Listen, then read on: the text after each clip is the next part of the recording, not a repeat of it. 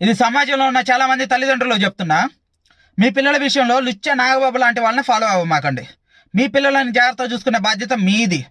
ఎందుకనంటే ఒక స్వీట్ ఉందనుకోండి, దాన్ని కవర్ చుట్టి జాగ్రత్తగా కాపాడుకున్నంత వరకే అది స్వీట్ లాగా ఉండిద్ది. లేదు అని చెప్పి ఓపెన్ చేసి పెడితే చీమలు, దోమలు, ఈగలు అన్నీ వచ్చి దాని మీద వాలి దానిని తిని నాశనం చేస్తాయి. అట్లాగనే ఆడపిల్లలను కూడా జాగ్రత్తగా కాపాడుకోవాల్సిన బాధ్యత మీదే. ఈ లుచ్చ నాగబాబు లాంటి వాళ్ళు ఫ్రీడమ్ ఇచ్చారని చెప్పి ఇష్టం వచ్చినట్టు ఫ్రీడమ్లు ఇచ్చుకుంటా, ఫ్రీడమ్ ఇవ్వండి.